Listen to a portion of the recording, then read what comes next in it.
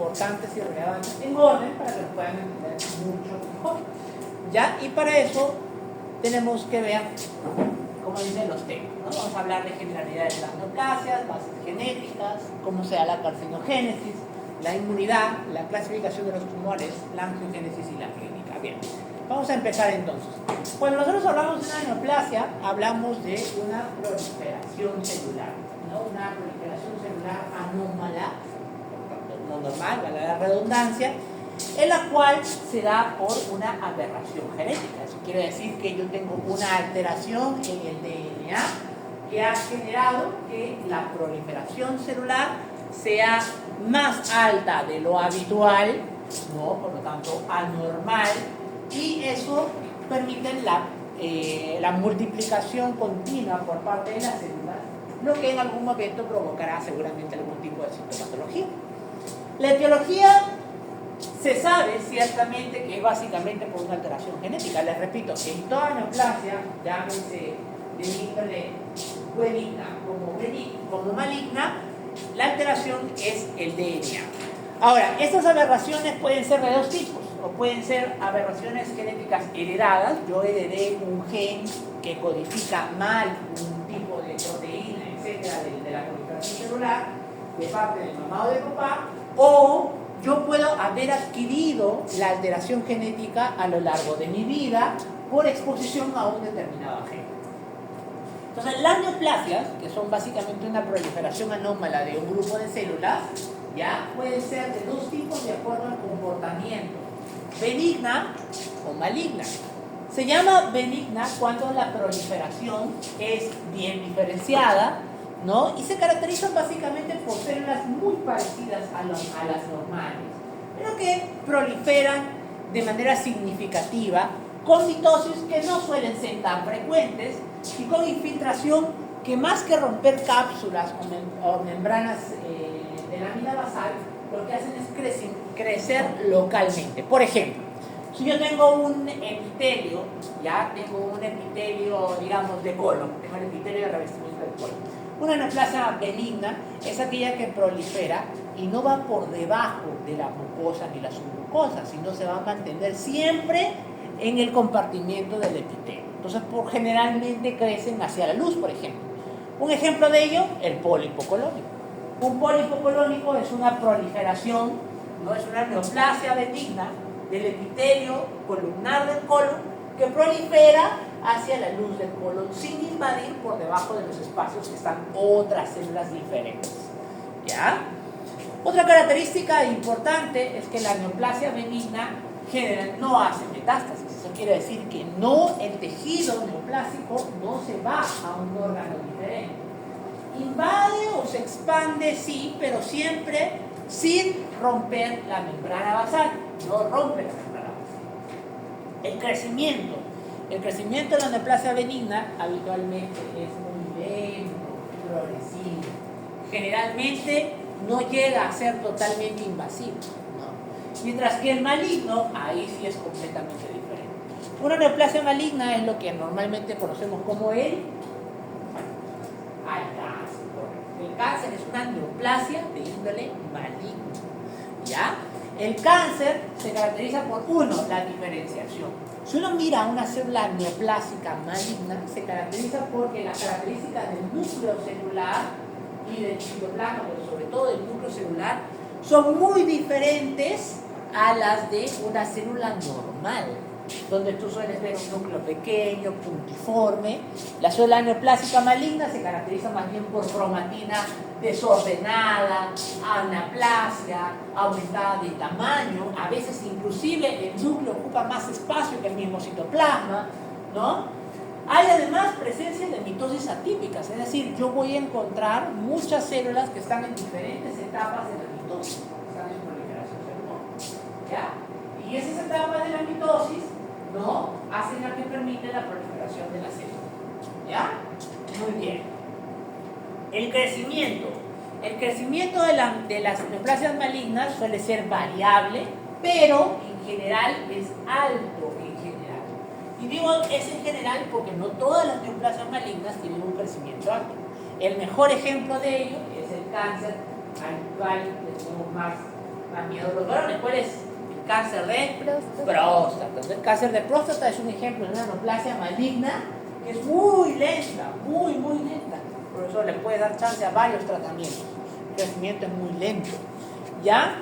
Y la metástasis. Probablemente esta sea la característica que más define a una neoplasia maligna, la capacidad de invadir, no solamente romper la membrana celular, como se conoce como mutación, sino de invadir otros órganos lejanos, que puede ser por siembra, por continuidad, porque están cerca, o órganos más lejanos por vía hematógena, cerebro, pulmón, etc., ¿no? Entonces, esas son las características de las neoplasias malignas. Para fines prácticos, nosotros vamos a hablar del cáncer, que es básicamente la neoplasia maligna, ¿ya? Entonces, una neoplasia maligna es una enfermedad causada, recuerden, por alteración del DNA. Pero aquí hay algún concepto bien importante, que son alteraciones acumulativas. ¿Qué quiere decir alteraciones acumulativas? Y yo tengo más de una mutación o más de una alteración en el material genético que son los responsables del cáncer en este caso. ¿Ya? Muy bien. Ahora, para ver un poco acerca del tumor, ya sea el tumor neoplásico, benigno o maligno, primero debo tener en cuenta que cuando yo hablo de un cáncer, habitualmente me estoy refiriendo a la proliferación celular de un tipo de célula. Sin embargo, en un cáncer puede proliferar más de un tipo de una célula, ¿no? En la misma hiperplasia, por ejemplo, que no es un cáncer, puede predominar más de células, ¿no? Ustedes tienen que entender que en un tejido yo tengo dos tipos de células. Las células parenquimales, que son las que hacen la función en sí, ¿no? Y las células estromales, que son el componente que da soporte y nutrientes al tejido y que le permite a la célula parenquimal realizar sus funciones adecuadamente. Entonces, ¿por qué es importante entenderlo? Porque muchas veces las células estromales le dan, así como al tejido normal, la capacidad al cáncer de soporte para poder mantenerse y seguir proliferando. ¿Ya? Bien, continuamos. Nomenclatura. ¿Cómo llamamos nosotros a una neoplasia benigna? La neoplasia benigna habitualmente se denomina como el sufijo OMA.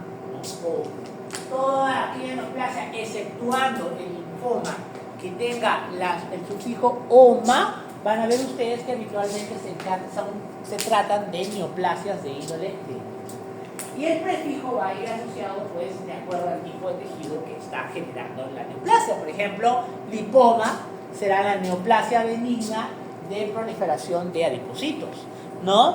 El condroma del cartílago, el osteoma del osteocito, ¿no? De los osteoblastos, el hemangioma de la célula endotelial, el meningioma de la célula epitelial, ¿no? Etcétera. Muy bien. Y en el caso de la neoplasia maligna, ahí es un poquito más difícil la nomenclatura. La nomenclatura habitualmente termina como sarcoma, ¿no? Termina como sarcoma. Cuando termina con el sufijo sarcoma, se trata de una neoplasia maligna. Pero además vamos a agregarle a ese sufijo, habitualmente a veces un prefijo, que puede ser, si se trata de células de revestimiento epitelial escamoso, le vamos a llamar carcinoma. ¿Ya? Así, por ejemplo, una neoplasia de piel, le vamos a llamar el carcinoma epidermoide, ¿no? Muy bien. Y si es que el origen de la célula neoplásica es un epitelio, entonces le vamos a llamar, y que este epitelio forma parte de glándulas, le vamos a llamar adeno, entonces le vamos a llamar adenocarcinoma. Por eso es que, por ejemplo, una neoplasia del revestimiento epitelial del tubo digestivo, como del cáncer de estómago, se llama adenocarcinoma gástrico, o puede haber adenocarcinoma de colon, ¿no? O adenocarcinoma de pulmón, por ejemplo, porque tenemos una neoplasia dependiente de la célula epitelial del bronquio, ¿no? Muy bien. Y aquí vamos a exceptuar a un tipo de células. ¿A quién? A las células sanguíneas. Las células sanguíneas tienen otra nomenclatura distinta. ¿Por qué? Porque ellas no respetan las mismas propiedades de las demás células parenquimatosas. Entonces aquí tenemos dos tipos de células en las sanguíneas: las leucemias y los linfomas. Las leucemias van a ser las neoplasias malignas de las células sanguíneas del torrente sanguíneo, o sea, de adentro de los vasos sanguíneos, en el plasma. Así, por ejemplo, tenemos dos tipos de leucemias. Mieloide, si vienen de los fagocitos, de los monocitos, de los neutrófilos, y linfoide, si viene de los linfocitos, ya sea B, T, etc. ¿No? Muy bien. Entonces hay leucemia mieloide y leucemia linfoide. Doctor, ¿y entonces qué cosa es el linfoma? El linfoma es la neoplasia maligna de los linfocitos que están en un tejido. Por ejemplo, ustedes saben que en los tejidos nosotros tenemos infiltraciones de nódulos linfáticos, ¿cierto? Por ejemplo, por debajo de la mucosa gastrointestinal, por debajo de la mucosa colónica. Pues esos, o en los mismos ganglios linfáticos. A eso se le llama los linfomas. Cuando el cáncer viene de esas células que están localizadas en los ganglios linfáticos o en las submucosas de esos ganglios linfáticos, se llaman linfomas. ¿Ya? Muy bien. Listo. Seguimos. Entonces, miren, nosotros podemos tener que en un mismo tejido, por ejemplo, este es el miometrio. El miometrio puede llegar a tener dos tipos de tejido neoplásico. Puede ser benigno, como es el leiomioma.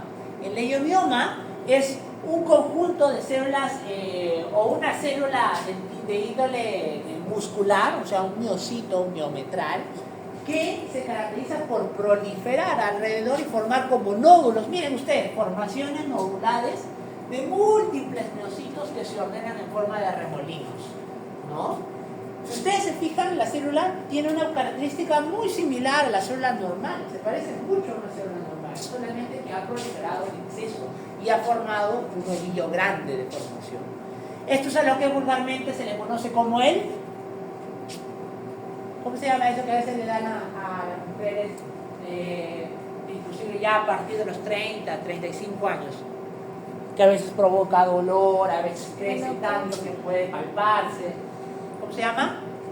El mioma. El mioma, pues. El mioma es el leiomioma, es una neoplasia benigna del miometrio. Eso es el mioma. ¿Ya? Ahora, también yo puedo tener de esa misma célula, puedo tener un cáncer, o sea, puedo tener una neoplasia maligna, pero ya no va a ser leiomioma. ¿Cómo se va a llamar? Leiomiosarcoma. ¿Sí? El origen celular es el mismo, solamente que han terminado en dos cosas diferentes. El leiomioma es el mioma vulgar común y corriente que conocemos, y el leiomiosarcoma es la neoplasia maligna de la célula muscular del miometrio, que es diferente porque ese se hace metástasis, hace invasión, etc., ¿no? Muy bien, seguimos. Entonces, miren, alrededor del mundo las neoplasias son cada vez más frecuentes y afortunadamente algunas son más frecuentes que otras. Por ejemplo, el cáncer de mama, el cáncer de pulmón, el cáncer colorectal, el cáncer de próstata y el cáncer de estómago probablemente son los cánceres que más nos suelen preocupar y nos solemos enfocar nuestra atención en salud pública. ¿Por qué? Por el grado de prevalencia que suelen tener, es decir, la cantidad de casos que yo puedo diagnosticar por año constantemente, anualmente, ¿no?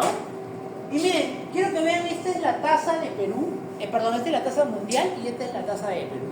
¿Hay alguna diferencia? Sí, miren ustedes, en Perú tenemos mayores índices incidentes, o sea, de casos nuevos de cáncer de próstata, cáncer de mama, cáncer de estómago, colorectal y cáncer de cervix. Miren ustedes dónde está cervix en el mundo.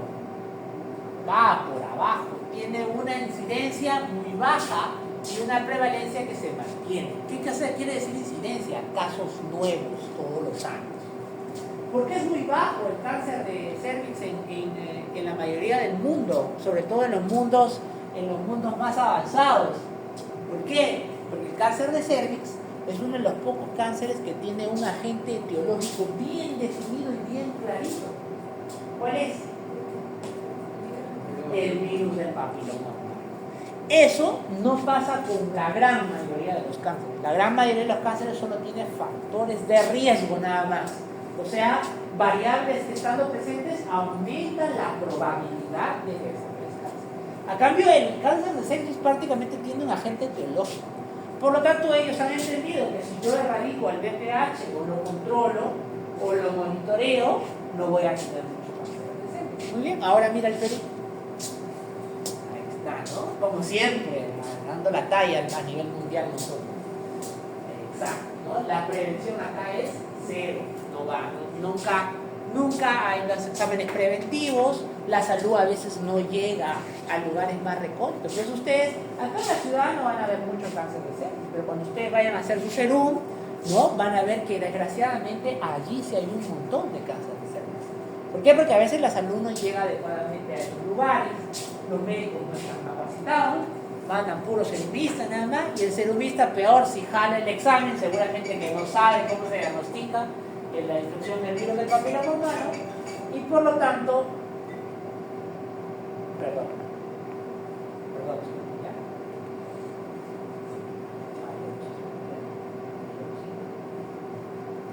Hola, ¿cómo estás? ¿Cómo estás? ¿Qué tal? Sí me enteré de tu guapito.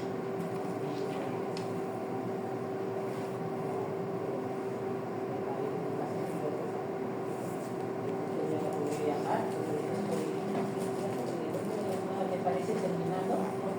¿Sí? ¿Se puede ver?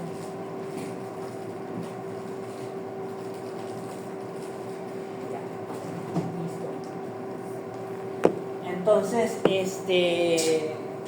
¿cómo se llama? Ya, acá está, el cáncer de mama, el cáncer de próstata, etc. ¿No? Entonces, ahora, ¿por qué? Ustedes han preguntado, algunos dicen, no, los viejitos siempre dicen, todo tiempo pasado fue mejor que el nuevo, ¿no? ¿Por qué? Porque ahora hay más cáncer, dicen, ¿no? Y por una de las cosas que dicen es por la exposición, estamos expuestos a rayos ultravioleta, la contaminación, los estilos de vida, las drogas, todo eso. Ya es un factor, pero hay un factor bien importante que ha aumentado y que por eso el cáncer es más frecuente en la actualidad. ¿Cuál es?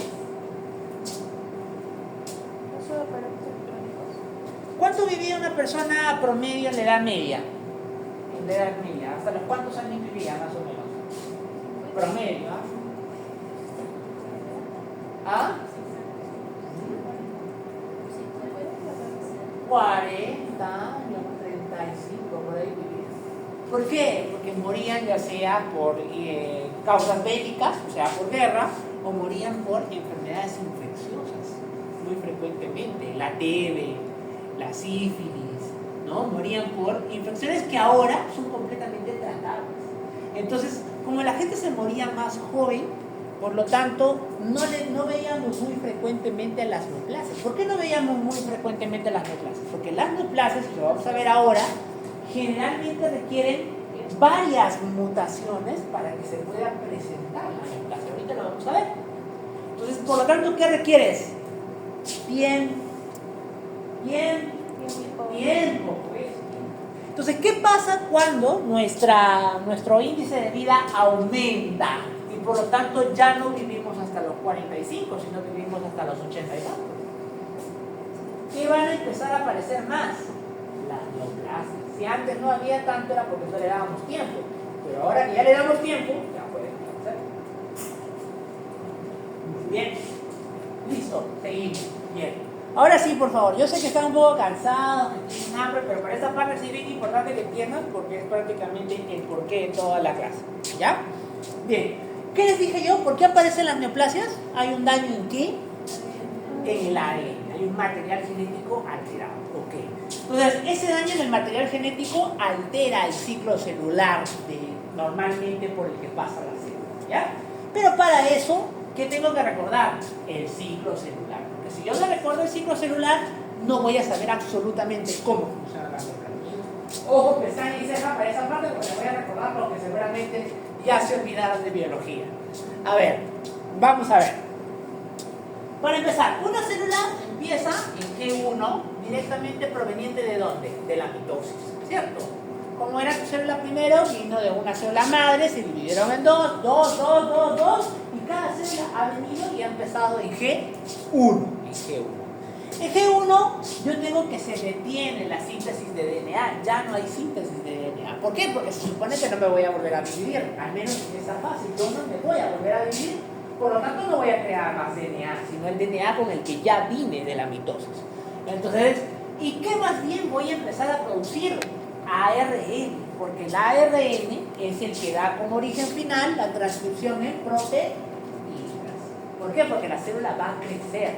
Y como va a crecer, por lo tanto necesita mayor cantidad de proteínas. Necesito RNA y necesito proteínas. ¿Ya? Entonces, muy bien. Luego de la fase G1, la célula pasa a una fase que se llama la fase S. En esa fase S, habitualmente nosotros empezamos la fase S porque esa célula se va a volver a dividir. ¿Okay? Se va a volver a dividir. Y esa fase S se caracteriza por síntesis de DNA, lo que hace que se desarrollen básicamente cromosomas, ¿no? Uno para cada célula, uno para cada célula. O sea, se va a dividir el DNA, voy a empezar a formar cromosomas. ¿Ya? Muy bien. Pero quiero que veas que entre la fase G1 y la fase S, entre la fase 1 y la fase S, hay un stop. Ese stop o ese periodo se llama periodo de reparación o de control de daños. ¿Por qué se llama periodo de control de daños? Porque es el momento durante el cual la célula se autoanaliza el DNA que acaba de sintetizar, o que viene de la mitosis, para ver si está adecuadamente formado. ¿Ya? A ver, chicos. Miren, no les he dicho nada porque esperaba que ustedes mismos lo hicieran, pero estoy viendo a varios que están haciendo otras cosas diferentes en la clase. Algunos están anotando lo que estoy hablando, pero otros están haciendo otras cosas. Entonces, los que ya me conocen, que son aquí unos 3 o 4, ya saben que yo les he dicho que es una falta de respeto que mientras el profesor está hablando se pongan a hacer otras cosas. Si tengo otras cosas más importantes que hacer, no hay problema, no me voy a molestar. Doctor, tengo que hacer algo importante, sal y haz lo que tengas que hacer, pero en clase no lo hagas porque es una falta de respeto. Los que ya me conocen ya saben que para mí son muy importantes de cosas las normas de convivencia. Y las normas de convivencia implican que el que me está escuchando me escuche, no que se ponga a hacer otra cosa. Porque si no, eso me transmite el mensaje, no me importa lo que estás hablando. Puede ser que estén ocupados en otras cosas, no hay problema, yo lo entiendo. Salgan y hagan lo que tengan que hacer, no hay problema. Vuelven si quieren al final para la lista, no me molesta. Pero no hagan eso mientras estoy haciendo, porque me incomoda y me desubican de lo que estoy hablando, me pierdo. Entonces, por favor, ¿ya? Muy bien. Listo. De G1 a S. Entonces, de G1 a S hay un stop. Ahora tú dirás, ¿por qué hay ese stop? Porque la célula, otra vez te repito, se autoanaliza. ¿Qué pasa? Cuando tú haces mitosis, el DNA que se ha formado, dos iguales, puede que el DNA de la célula hija no haya salido igual. De repente, alguna base nitrogenada está mal, o un conjunto de genes está alterado, está metilado, ha pasado por radical. Miles de cosas que pueden haber pasado. Entonces, ¿qué hace la célula? Si tú tienes un DNA alterado, te va a dar ARN alterado y proteínas alteradas. Y esa proteína, por lo tanto, o no sirve o puede generar cáncer, porque puede hacer que la célula se vuelva inmortal. Entonces, para evitar eso, en ese periodo de control, hay una serie de proteínas que pueden decirle dos cosas. O pasa a la siguiente, es decir, pasa a la siguiente fase, pasa a la S, o le dice stop. Y en el stop, le puede decir a la célula, tú ya tienes material genético alterado, repáralo o mueres. O sea, entra en apoptosis. ¿Ya?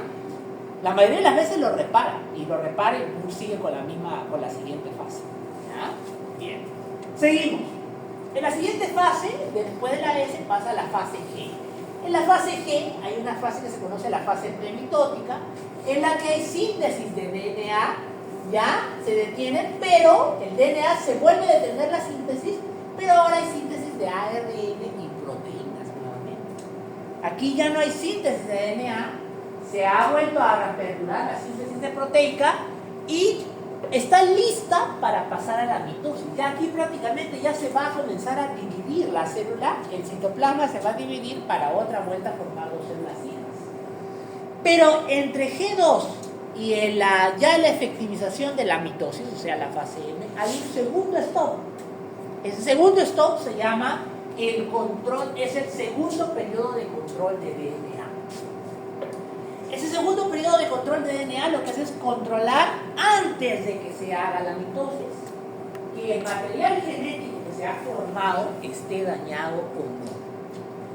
Si es que todo está bien, hay proteínas que van y le dicen a la célula, puedes pasar a la mitosis, divídete. Y ahora sí se dividen en dos células, idealmente completamente iguales. ¿Ok? Muy bien. Entonces, ¿qué pasa en el cáncer, muchachos? En el cáncer tenemos una alteración genética, ya sea de las proteínas que regulan o los genes que sintetizan a estas proteínas. ¿Ya? Entonces, por lo tanto, tenemos una alteración de estas proteínas. Vamos a ver en qué consisten estas proteínas. Las proteínas que regulan el ciclo celular, chicos, se llaman las ciclinas, que son estas que ustedes pueden ver acá. Miren, hay ciclina D, ciclina D, ciclina A y ciclina B. Son varios tipos de ciclinas. ¿Ya? ¿Qué hacen esas ciclinas? Las ciclinas se unen a una proteína que se llama la CKD, que se llama la cinasa dependiente de ciclina, ¿no? Que son estas que están acá. CKD, cinasas dependientes de ciclina. ¿Por qué se llaman cinasas dependientes de ciclinas? Porque la CKD, para poder activar a la siguiente fase del ciclo celular, requiere de que venga la ciclina y la fosforile. ¿Ya? Si no hay ciclina, la CKD no le da el pase a la célula a que pase a la siguiente fase del ciclo celular. ¿Quién inhibe la acción de la CKD? La inhibe una proteína que se llama los inhibidores de la CKD. ¿Cómo se llaman en términos? CKI. Inhibidores de la CKD. Estos inhiben a la CKD. Si la CKD le dice a la célula, puedes pasar a la siguiente fase, la CKI le dice a la CKD, no, tranquilo, aguanta tu coche, todavía no. Hay un material genético que está alterado y no podemos seguir pasando a la siguiente fase. ¿Ya? Entonces, miren, ¿ah? Las ciclinas activan a la CKD y las CKD son las que permiten que continúe el ciclo celular. ¿Quiénes activan a las ciclinas y por lo tanto a la CKD? Por ejemplo, los factores de crecimiento. Hemos visto un montón de factores de crecimiento en fisiología. Factor de crecimiento epidermoide, factor de crecimiento de las plaquetas, factor de crecimiento, un montón, varios. Ya, esos factores de crecimiento lo que hacen es activar a las ciclinas para que la célula siga el ciclo celular y por lo tanto siga activándose y dando vueltas y vueltas y mitosis y mitosis y mitosis. ¿Quiénes más? Por ejemplo, los protooncogenes. Los protooncogenes son los que activan también a las ciclinas. Vamos a ver ahora qué son los protooncogenes. ¿Ya? Muy bien. ¿Qué más? Tenemos que a la CKI, o sea, a los inhibidores de la ciclina, de la CKD, perdón, ¿no? O sea, a los que le dan el stop a la fase, a continuar la fase del ciclo celular, son activados, por ejemplo, por el daño de DNA. ¿Te acuerdas que te dije para qué era la pausa? Para que la célula se autoanalice, a ver si el DNA está adecuado o se ha dañado. Si se ha dañado, entonces ese daño de DNA activa a la CKI, que son estas que están acá. ¿Dónde están? Acá están, ¿dónde están? Acá están. La CKI. Y esas CKI lo que hacen es inhibir, ¿ven?, a las ciclinas. Y por lo tanto ya no pasa al ciclo celular. ¿Y quiénes codifican a la CKI?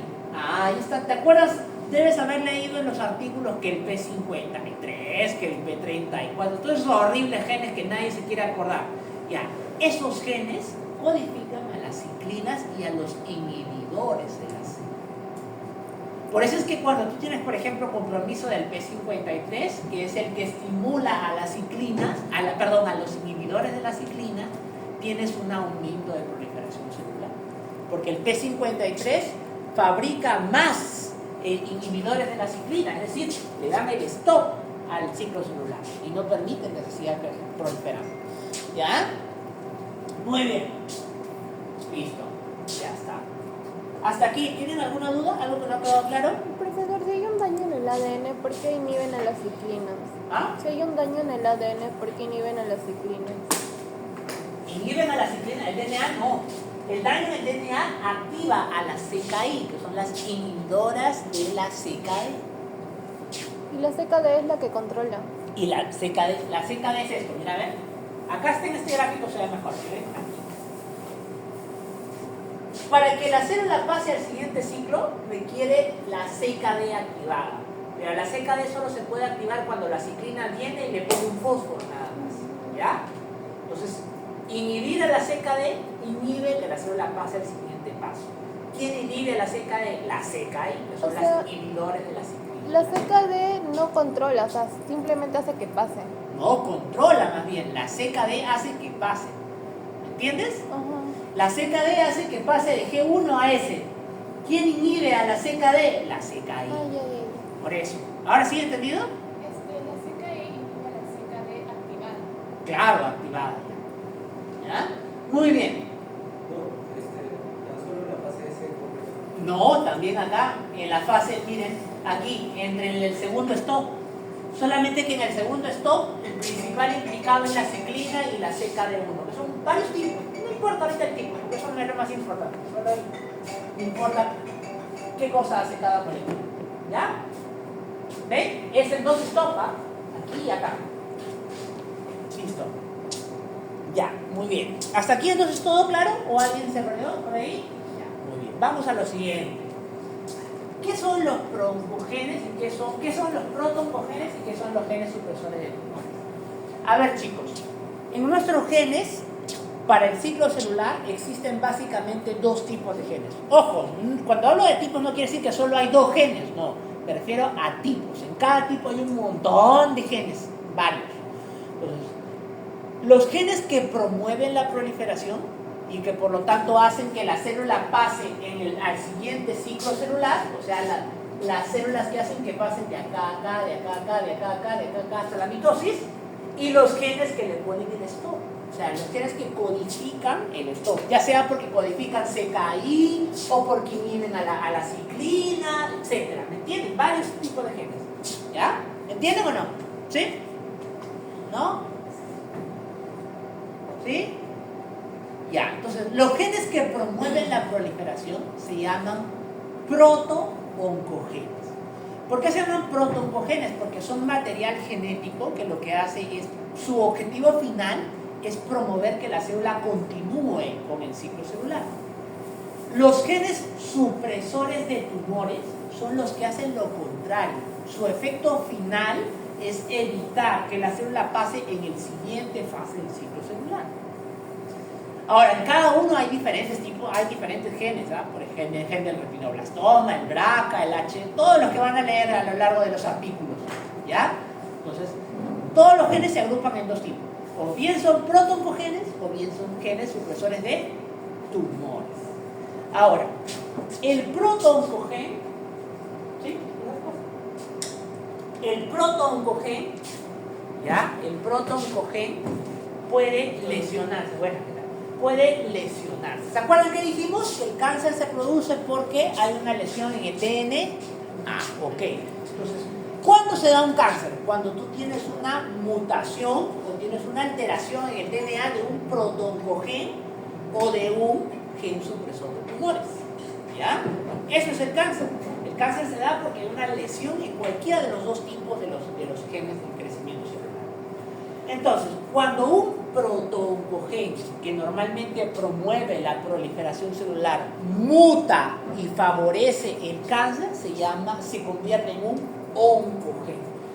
¿Por qué les digo eso? Porque los protooncogenes son normales. Todos nosotros tenemos protooncogenes. ¿Nosotros sintetizamos factores de crecimiento o no? Claro, necesitamos factores de crecimiento plaquetario, factor de crecimiento beta, todos los que hacen que aumente el tamaño celular, que hagamos mitosis en las células plasmáticas, todos ellos, ¿verdad? Entonces, ellos tienen protooncogenes, son genes que hacen que haga mitosis. Cuando ese gen muta y se convierte y aumenta excesivamente su actividad, se llama un oncogen. Por lo tanto, oncogen es un protooncogen que está lesionado o mutado y que favorece al cáncer. ¿Ya? Muy bien. Entonces, acá están bien. Acá les he puesto un gráfico donde se puede ver un poco mejor. Los oncogenes son proto-oncogenes mutados, ¿no? Que favorecen la proliferación celular excesiva en la célula tumoral. ¿Ya? Muy bien. Ahora, la mayoría de los oncogenes o los proto-oncogenes, cuando ya están mutados, ¿ya?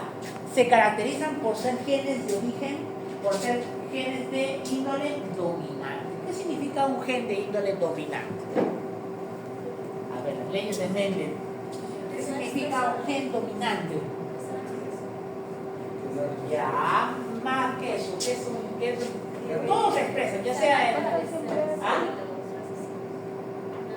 Ya, pero ¿qué necesitan, pues? ¿Cuándo se expresa un gen dominante y cuándo se expresa un gen recesivo? ¿O los recesivos nunca se expresan? Sí se expresan.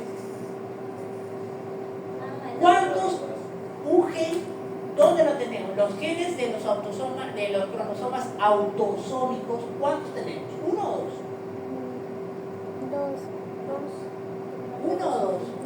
¿Ah? Dos, pues, dos, porque tenemos de cada cromosoma, de tu papá y de tu mamá. La única excepción a la regla son los genes Y y X, que eso sí no tenemos dos de cada uno. Tenemos o bien doble X si es mujer o XY si es varón, ¿no? Pero los demás, los autosomas, son en par. Entonces, ¿cuándo es un gen dominante?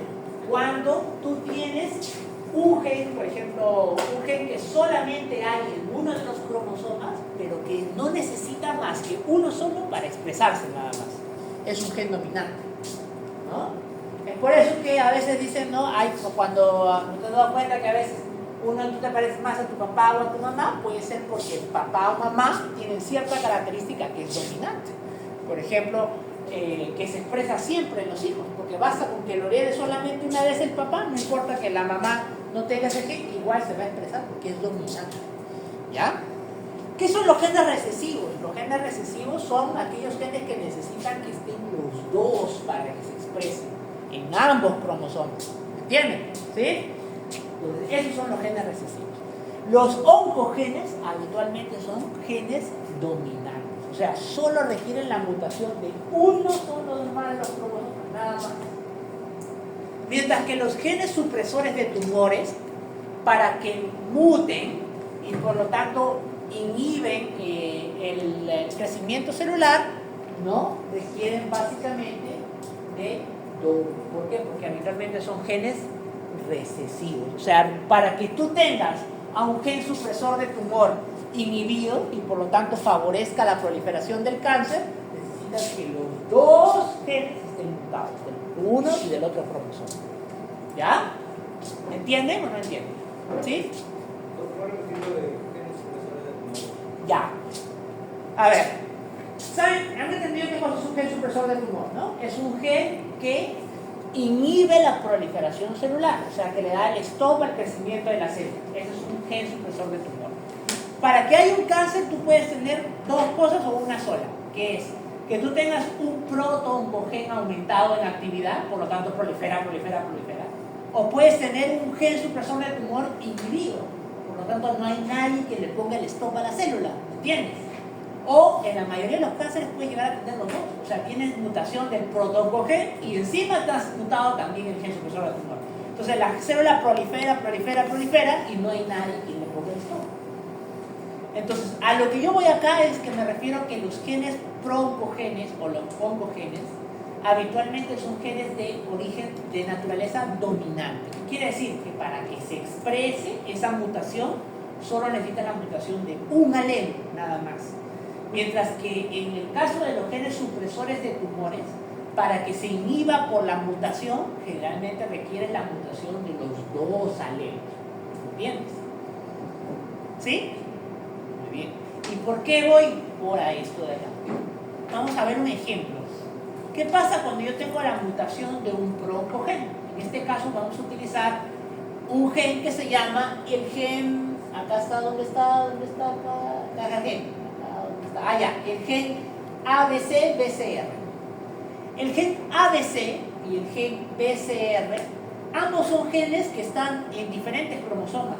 Uno está en el cromosoma 9 y el otro está en el cromosoma 22. ¿Qué son? Autosómicos. Autosómicos. No son ni X ni Y, no son cromosomas sexuales. Ya, entonces, esos cromosomas que están allí, ¿ya? Yo tengo acá algo que se llama la translocación. ¿Qué significa translocación? ¿Se acuerdan de genética? Yo agarro, corto el cromosoma 22 y corto el cromosoma 9, y lo que me queda de cada uno de ese pedacito, agarro y los uno. Y formo un cromosoma aberrante. A ese cromosoma le voy a llamar, ese cromosoma que sucede por la aberración de esa translocación de esos genes se llama el cromosoma Filadelfia. Es un cromosoma producido por la unión de los genes de acá, del cromosoma 22 con el cromosoma 29. Se ha producido un gen aberrante. Tú dirás, bueno, doctor, ¿y eso qué? Ya, lo que pasa es que cuando tú has unido el ABC con el BCR, se produce un gen de fusión, un gen nuevo. Ese gen nuevo se convierte, adivinen en qué, en un oncogen. Quiere decir, es un gen que promueve la proliferación celular, pero en específico la proliferación celular de las células mieloides. Por eso es que el cromosoma Filadelfia se asocia a una patología bien común que se llama la leucemia mieloide crónica. Si tú le haces un cariotipo a los pacientes con leucemia mieloide crónica, vas a encontrar hasta en un 80% el cromosoma Filadelfia. ¿Ves? Aquí hay una lesión de proliferación, un oncogen. Otro ejemplo, esta es una translocación. Otro ejemplo de translocación, el cromosoma producido por el gen MYC-CH. Este gen MYC-CH se produce porque yo corto el cromosoma 8 y el cromosoma 14, uno sus pedazos y formo un nuevo cromosoma. Y este cromosoma, ya chicos, produce la proliferación celular. ¿De quién? De los linfocitos, pero solo de los linfocitos preferentemente que están en los tejidos linfáticos. ¿Eso qué produce? ¿Leucemia o linfoma? Si es de los linfocitos que están en los ganglios linfáticos, el linfoma. Acuérdense, los linfocitos que están en torrente sanguíneo producen leucemia. Los que están en ganglios linfáticos y tejidos, linfoma. Ya, entonces, el linfoma de Burkitt. Este es el que produce el linfoma de Burkitt. Pero ojo, ¿cuántos cromosomas he lesionado de cada uno? ¿Los dos? ¿Los dos? No, solo uno, nada más. Porque he agarrado uno de cada par. Porque es el par 9, el par 22, ¿cierto? No es uno solo, ¿cierto? Son par 22, par 9, ¿cierto? Ya, entonces, ¿ves? He agarrado uno solo. ¿Por qué? Porque es un gen dominante. Solo requiere de una sola lesión, nada más, de uno de los cromosomas. No requiere de los dos. ¿Ya? Muy bien. Eso no pasa con los genes supresores de tumores. Los genes supresores de tumores requieren que para que se exprese la mutación, los dos cromosomas tienen que estar dañados, los dos alelos tienen que estar dañados. Perdón, los dos alelos, ¿no? Y esos dos alelos tienen que dañarse, ¿ya? Esos dos alelos tienen que dañarse. Esos alelos que se dañan se pueden dar por una mutación, es decir, algo ha mutado esta parte del gen de este alelo. ¿Okay? Uno le heredaste de papá, otro le heredaste de mamá. Uno mutó. Ahora, puede ser que tú hayas heredado de papá a mamá, de repente mamá tenía en sus cromosomas a este gen de acá, ya, que ya estaba mutado, pero que no lo expresó porque como es recesivo, porque es un gen supresor de tumor, para expresarse, ¿qué requiere? Que los dos alelos estén mutados. Como solo uno estaba mutado, nunca se expresó. ¿Ya? Entonces, pero, ¿qué pasó? Para tu mala suerte, te lo heredó. Y como te lo heredó, entonces tú naces también igual con esa mutación. Pero como es un gen supresor de tumor, no lo vas a manifestar a no ser que tengas una segunda mutación en el mismo gen del segundo alelo. ¿Ves? Acá. Entonces, ¿cuándo vas a expresarlo? Cuando tengas una segunda mutación. Doctor, ¿y cómo puedo hacer una segunda mutación? ¿Cómo la hago? Si yo ya nací con esa, ¿cómo puedo hacer la segunda? Por ejemplo, exposición a carcinogénicos. Por ejemplo, asbestos, no sé, pues sílice, radiación ultravioleta, etc. Muta justo al mismo gen y ya está. Tengo la aberración del gen supresor del tumor. Eso se le llama la teoría del second hit o segundo golpe. ¿Qué quiere decir? Que para el gen supresor de tumor yo requiero 2 golpes. El primero que puede haber sido heredado o lo adquirí, y el segundo que sí o sí lo adquiere. ¿Ya? Eso pasa, por ejemplo, con el gen del retinoblastoma. El gen del retinoblastoma, que es un gen asociado a varios cánceres, ¿ya? Es un gen supresor de tumor. Y ese gen supresor de tumor, cuando está mutado, necesito de la mutación de los 2 alelos para que se puedan expresar. Entonces yo, a la mutación del gen del retinoblastoma, tengo 2 tipos. O bien el heredado o inherente, que es el que yo nací con una mutación y solo requiero un segundo golpe para poder expresarlo. O bien nací con el cromosoma completamente normal, los 2 alelos normales, pero he sufrido 2 exposiciones. Por lo tanto, los 2 se han mutado. ¿Ya? ¿Entendido, no? ¿Sí? ¿Qué? Ya. A ver, en el caso del gen del retinoblastoma, como es un gen supresor de tumor, significa que la mutación es recesiva. O sea, quiere decir que para que se exprese la mutación tienen que estar los 2 alelos comprometidos del cromosoma. Entonces, por ejemplo, puede ser o inherente o de herencia. ¿Qué significa inherente o de herencia? Yo ya vine con una mutación de un alelo. Mi papá, mi mamá me lo heredó. Entonces, para que se exprese, yo requiero una segunda exposición a un agente carcinogénico que justo altera y muta al otro gen del otro alelo. Entonces expreso a esa mutación. O puede ser esporádico. Yo no nací con la mutación, pero me he expuesto múltiples veces al carcinogénico. Por lo tanto, he llegado a mutar a los 2. En todos siempre tiene que haber un segundo golpe, un second hit. Esa es la teoría del second hit. ¿En quién pasa la teoría del second hit? ¿En los oncogenes? No, en los genes supresores del tumor. ¿Por qué? Porque habitualmente son recesivos. Los oncogenes habitualmente son dominantes, no requieren del second hit. ¿Ya? Muy bien. ¿Y qué alteraciones genéticas pueden dar mutaciones que produzcan cáncer? Ya sea aumento de los oncogenes o inhibición de los genes supresores de tumores. Todos los que ven acá. Por ejemplo, reordenamiento genético. ¿Qué es reordenamiento genético? Lo que pasaba con el cromosoma Filadelfia, ¿te acuerdas? Corto al 22, corto al 8, lo ordeno en uno solo, translocas. ¿Qué más? Inversión del cromosoma. Corto el cromosoma 21 y lo invierto. El extremo distal lo pongo en el proximal y así, ¿no? ¿Se acuerdan? En genética hemos visto un montón de varias selecciones. ¿Ya?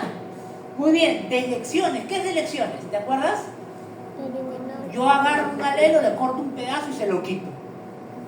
Y uno de los que quedaba. Delección. ¿No? Amplificación. ¿Qué es amplificación?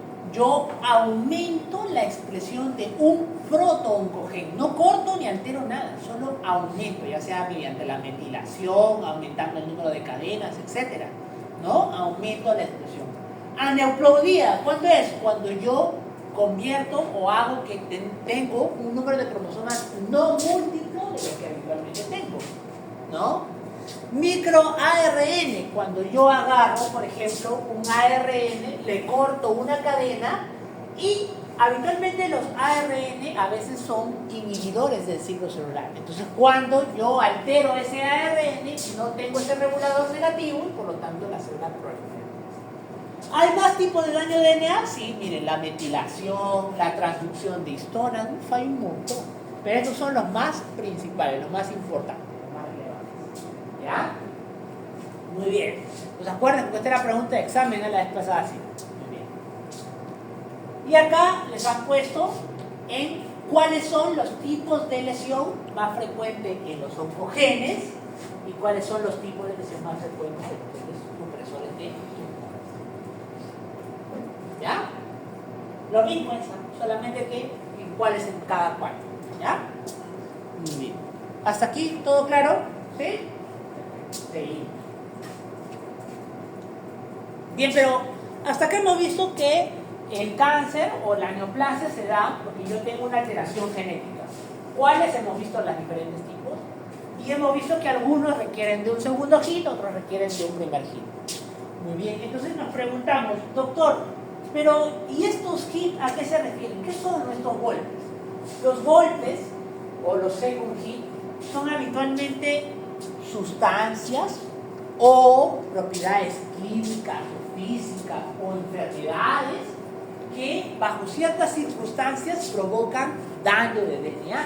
¿Se acuerdan ustedes que en la primera clase ustedes han visto con el profesor que habían diferentes tipos de lesión celular, ¿cierto? Por hipoxia, por radicales DNA. Una de ellas era lesión de DNA, ¿cierto? Ya. Todos los second hit se caracterizan porque la lesión que generan en la célula son la lesión de DNA. ¿Cuáles son esos second hit? Por ejemplo, pueden ser agentes físicos, por ejemplo, tabaco, radiación ultravioleta, asbesto, agentes quimioterápicos, agentes radioionizantes, aflatoxinas, nitrosaminas, etc. ¿no? Mira, todas ellas se caracterizan por lesiones de DNA y cada uno está asociado a un tipo diferente de cáncer, miren ustedes.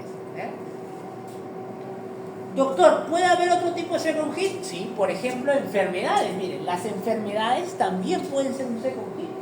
¿Por qué? Porque las enfermedades, ya sea por inflamación, por diferentes causas, generan lesión de célula también, ¿no? Las lesiones celulares provocan también un second hit. Por ejemplo, la asbestosis, la enfermedad inflamatoria intestinal, la colicitis crónica, el esófago de Barrett, el síndrome de Sjögren, la hepatitis, la osteomielitis, ¿no?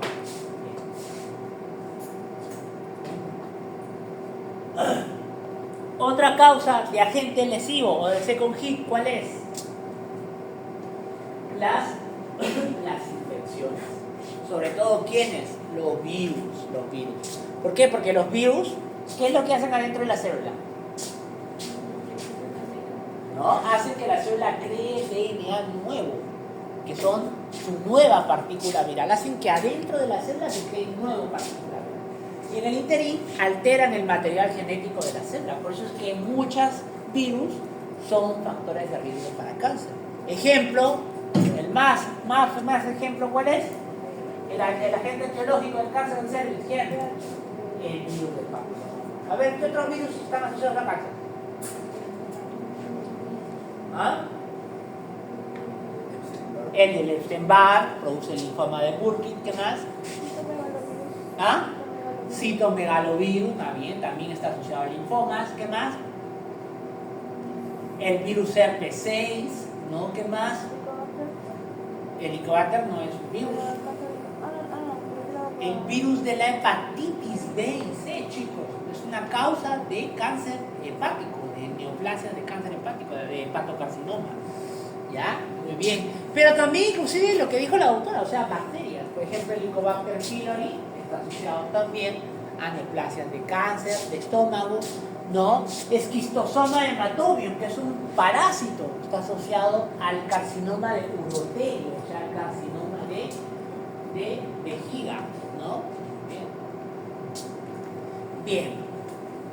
Entonces, vamos a ver ahora la carcinogénesis. Y para ver acerca de la carcinogénesis, ¿qué significa? Hasta acá ya hemos visto, uno, que los cánceres se deben a que hay lesión de DNA. Dos, hemos hablado de cuáles son los tipos de lesión de DNA. Tres, hemos hablado de cuáles son los genes que se lesionan y que provocan esa alteración del DNA. Muy bien, ahora vamos a ver el proceso de cómo es que la lesión produce finalmente el cáncer. A eso se le llama la carcinogénesis. Primero que nada hay un periodo de iniciación. En ese periodo de iniciación hay la exposición al agente cancerígeno, toda la lista que hemos visto antes. Esa exposición genera una lesión irreversible en la célula, específicamente en material del DNA, lo que lleva a que la célula provoque múltiples divisiones de la misma. Luego viene la promoción. ¿Qué cosa es la promoción? No basta con que la célula decida dividirse, sino que la célula fabrica sus propios factores de crecimiento, y esos factores de crecimiento estimulan a mayor cantidad de mitocinas. Y finalmente la progresión. En la progresión, la célula cambia de fenotipo, cambia su núcleo celular y cariotipos en vuelven desordenados, etc.